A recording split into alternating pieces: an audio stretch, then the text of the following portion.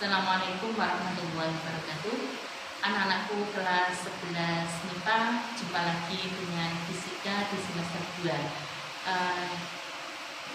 Bagaimana kabar kalian anak-anak? Semoga kalian tetap sehat, kuat, dan semangat dalam meraih cita-cita dunia. Anak-anak sekalian, kita akan lanjutkan materi kita di bab berikut ini. Baik anak-anakku kelas 11 MIPA, jumpa lagi dengan kelas fisika. Kali ini kita akan membahas tentang gelombang mekanik.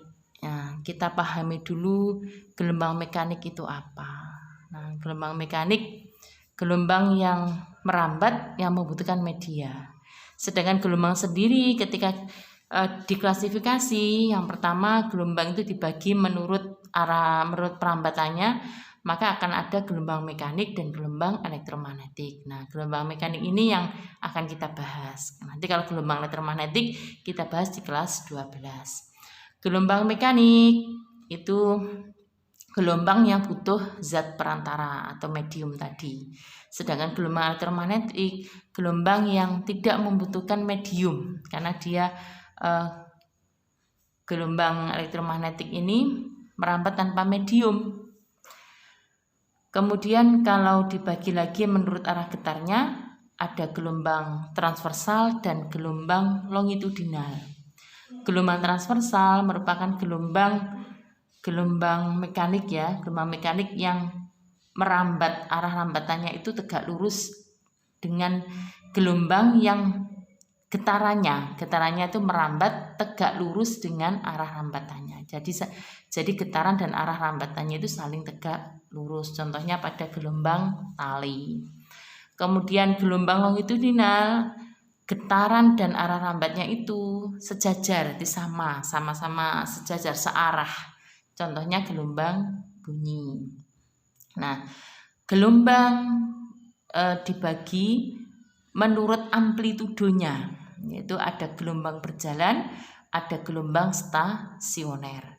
Gelombang berjalan merupakan gelombang yang memiliki amplitudo yang tetap. Sedangkan gelombang stasioner dia memiliki amplitudo yang berubah-ubah. Nah, nanti ini kita bahas lebih lanjut setelah gelombang mekanik. Oke, sekarang kita kupas dulu masalah gelombang. Gelombang itu terdiri dari bukit itu A sampai B, sedangkan lembah B sampai C.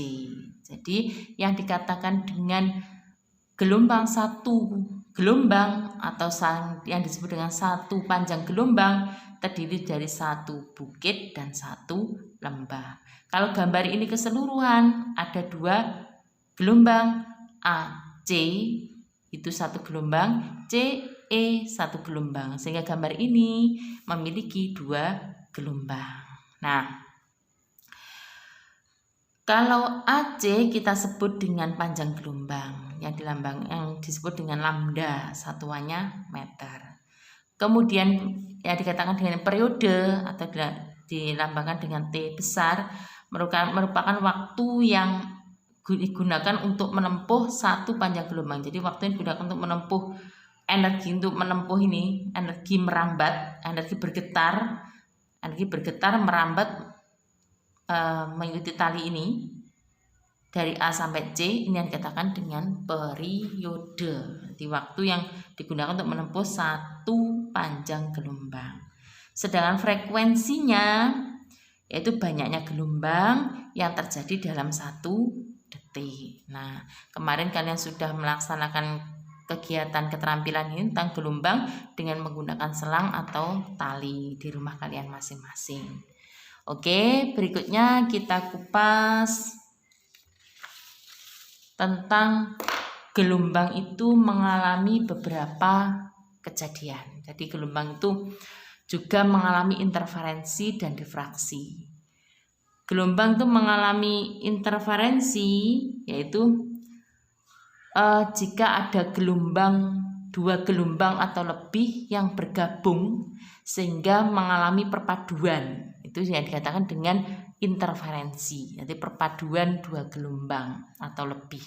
Sedangkan difraksi jika ada getaran atau lenturan dari gelombang yang terjadi ketika muka-muka gelombang datang direntangan oleh celah sempit. Jadi maksudnya dengan bahasa yang lain, jika ada energi yang merambat pada gelombang, kemudian di situ dilewatkan pada celah sempit, nah itu yang dia akan mengalami difraksi. Jadi yang mengalami difraksi itu tidak hanya gelombang cahaya, tapi semua gelombang itu akan mengalami difraksi, interferensi dan difraksi. Paling mudah kalau gelombang melewati celah sempit, kemudian dia itu setelah melewati celah sempit masih bisa diteruskan, itu yang dikatakan dengan mengalami difraksi. Oke, berikutnya bagaimana persamaan pada gelombang transversal, yaitu gelombang yang membutuhkan medium tadi ya. Contohnya adalah gelombang tali. Maka kecepatannya V sama dengan akar F per mu. F ini gaya yang diberikan. Tadi kan gelombang transversal itu kan termasuk gelombang yang arah getarannya itu dengan arah hambatannya kan saling tegak lurus. Itu kan gelombang transversal. Nah, contohnya adalah gelombang tali. Tali yang kita getarkan, kita beri gaya, dia akan bergetar. Yang bergetar itu energinya merambat melewati tali. Nah, V sama dengan akar F per mu. Sehingga kalau mu, ini kita uraikan, mu sama dengan massa per panjang tali. Kalau dimasukkan pada akar F kali mu-nya diganti M per L. Kalau di pembagian sini kan M per L. Maka dibalik L-nya jadi di atas, sehingga akar F kali L per M. Nah, kalau kita uraikan lagi, volume itu sama dengan luas alas kali L panjang. Kalau rho kita uraikan sama dengan massa per volume. Kalau mencari massa berarti rho kali volume. Maka massa yang ini bisa diganti dengan massa sama dengan rho kali volume. Kita masukkan sini F kali L per rho kali volume. Nah, sekarang kita uraikan volume ini diganti disubstitusi dengan volume sama dengan A kali L. Sama-sama pembilang dan menyebut mengandung L bisa kita hilangkan, sehingga persamaan kecepatan cepat rambat gelombang transversal pada tali sama dengan akar F per rho kali A. Rho ini adalah massa jenis tali, A ini luas penampang. Oke, berikutnya kita lanjutkan pada persamaan gelombang berikutnya tadi.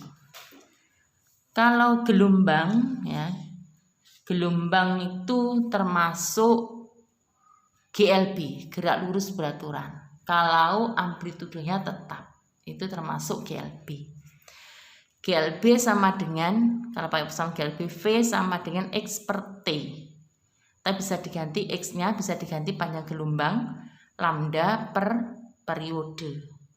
Sekalian karena 1 per periode sama dengan frekuensi, maka ini bisa disubstitusikan, ini 1 per T ini bisa diganti F, sehingga persamaannya bisa juga kita gunakan V sama dengan lambda kali F. Kalau disubstitusikan dengan gelombang sebagai GLB, gerak lurus beraturan. Oke.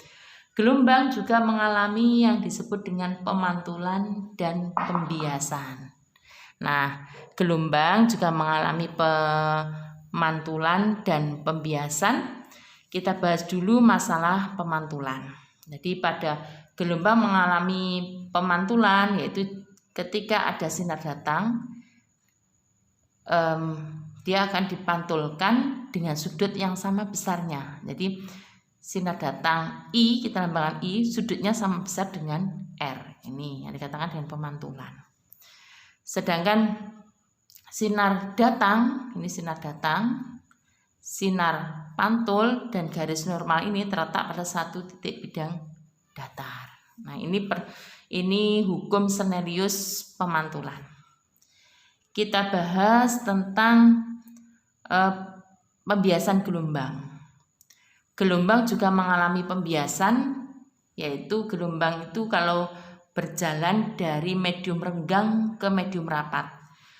kalau kita gambarkan dari medium renggang ke medium rapat, maka kalau ada cahaya datang, dia akan dibiaskan menjauhi garis normal.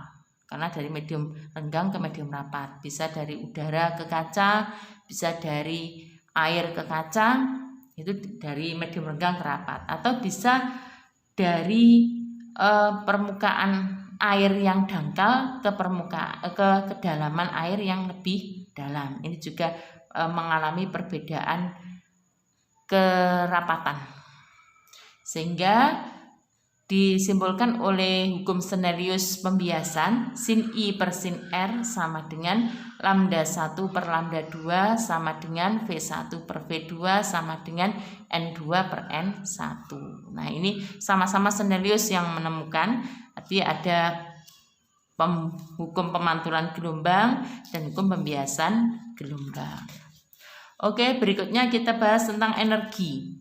Energi pada gelombang. Nanti kita bahas energi dan intensitas gelombang. Energi merupakan